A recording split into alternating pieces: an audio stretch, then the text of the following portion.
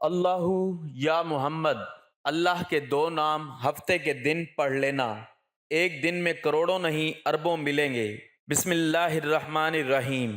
محترم ناظرین، ہفتہ کے دن یہ دو نام پڑھ لو، آپ کی غریبی آپ سے کوسوں دور ہو جائے گی۔ ہفتے کے دن کا انتہائی مجرب اور طاقتور ترین یہ وظیفہ ہے۔ ہفتے کے دن صبح کے وقت پڑھ کر دیکھ لو، صبح نہیں تو شام میں پڑھ لینا، شام میں نہیں تو رات میں پڑھ لینا، ہفتے کے دن کسی بھی وقت پڑھ لینا۔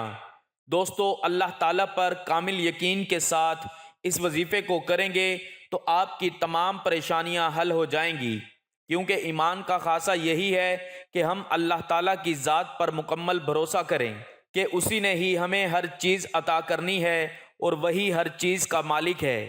اس وظیفے میں اللہ تعالیٰ اور اس کے پیارے محبوب کا نام ساتھ ہے، اس لیے اس وظیفے کے فضائل و برکات بہت زیادہ ہیں۔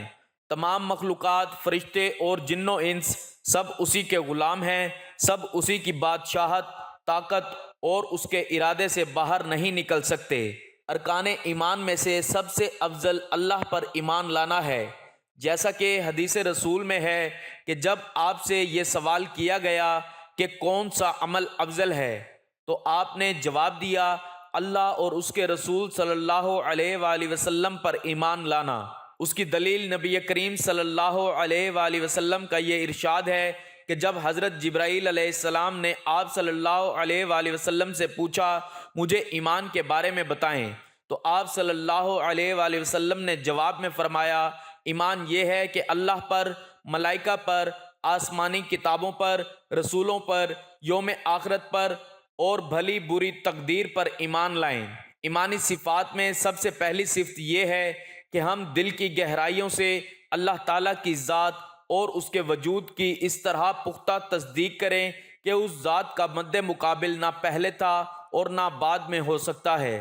وہی آخر ہے، اس کے بعد کچھ بھی نہیں۔ وہی ظاہر ہے، اس کے اوپر کچھ بھی نہیں۔ وہی باطن ہے، اس کے ماورا کچھ بھی نہیں۔ وہ حی، زندہ، قیوم، تھامنے والا، احد، یکتا اور صمد، بے نیاز ہے، جس کی نہ کوئی اولاد ہے اور نہ وہ کسی کی اولاد اور اس کا مد مقابل نہیں۔ نیز یہ تصدیق کرنا کہ وہ اپنی الوہیت، ربوبیت اور اسماء و صفات میں یکتا ہے، اس کا کوئی شریک نہیں۔ تمام ظاہری و باطنی اور قولی و عملی عبادتوں کو صرف اللہ تعالیٰ کے لیے خاص کرنا اور اس کے علاوہ ہر چیز سے عبادت کی نفی کرنا، خواہ ملائکہ و رسول ہی کیوں نہ ہوں۔ تمام مخلوقات و فرشتے اور جن و انس سب اسی کے غلام اور بندے ہیں، یہ سب اس کی بادشاہت، طاقت اور اس کے ارادے سے باہر نہیں نکل سکتے۔ وہ ایک پاک ذات ہے، یہ تمام خصوصیات صرف اسی کا حق ہیں۔ وہ اکیلا ہے، اس کا کوئی شریک نہیں، ان چیزوں کا اس کے سوا اور کوئی حقدار نہیں۔ ان چیزوں کی نسبت کسی دوسرے کی طرف کرنا یا ان میں سے کسی چیز کا اثبات اس کے سوا کسی اور کے لیے کرنا قطعاً جائز نہیں۔ ارشاد باری تعالیٰ ہے، اے لوگو، اپنے اس رب کی عبادت کرو جس نے تمہیں اور تم سے پہلے لوگوں کو پیدا کیا تاکہ تم پرہیزگار بن جاؤ۔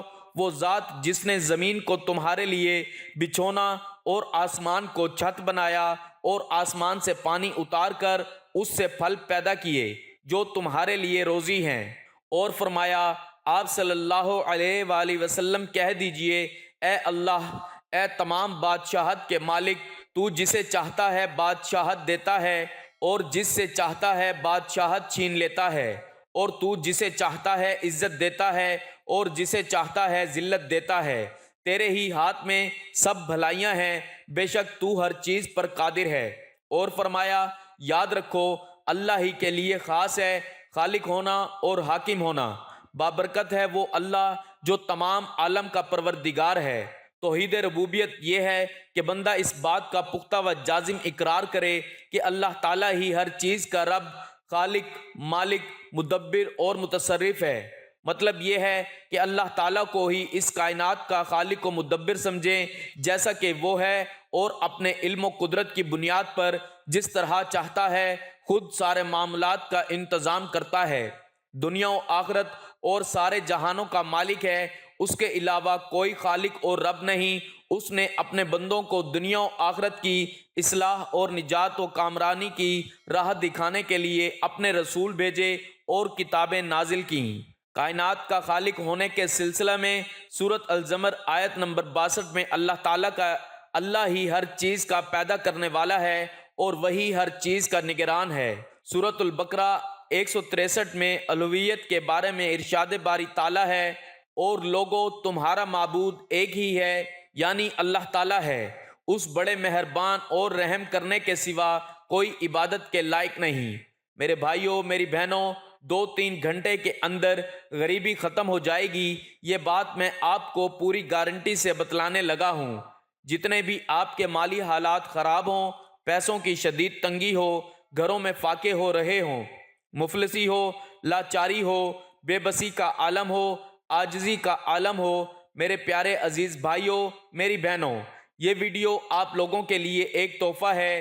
اس ویڈیو میں میری ان تمام بہنوں کے لیے اور پیارے بھائیوں کے لیے وہ مجرب وظیفہ میں لے کر آیا ہوں کہ جس وظیفے کو میں نے خود بھی کئی مرتبہ اپنی زندگی میں ہفتہ والے دن پڑھا ہے اور مجھے فائدہ ہوا ہے۔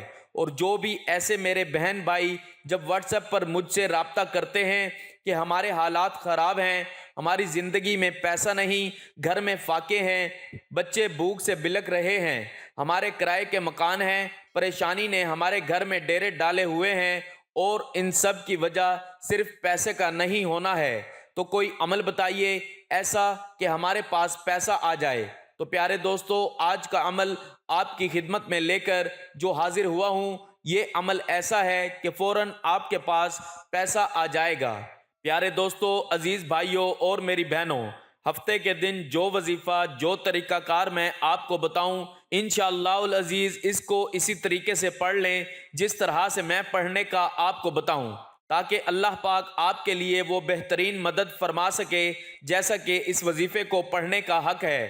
تو آپ لوگوں نے بالکل بھی پریشان نہیں ہونا، اور آپ لوگوں نے اس وظیفے کو جو طریقہ کار میں آپ کو بتاؤں اس کے مطابق کر لینا ہے۔ اگر آپ لوگ شدید مالی مسائل کا شکار ہیں، شدید مشکلات میں گھرے ہوئے ہیں، اور بجلی کے بل بھی آپ پر چڑھ گئے ہیں، کرایہ دار آپ کو تانے دے رہے ہیں، تو آپ لوگ اس وظیفے کو کریے گا، آپ کی زندگی میں دولت کا طوفان آ جائے گا۔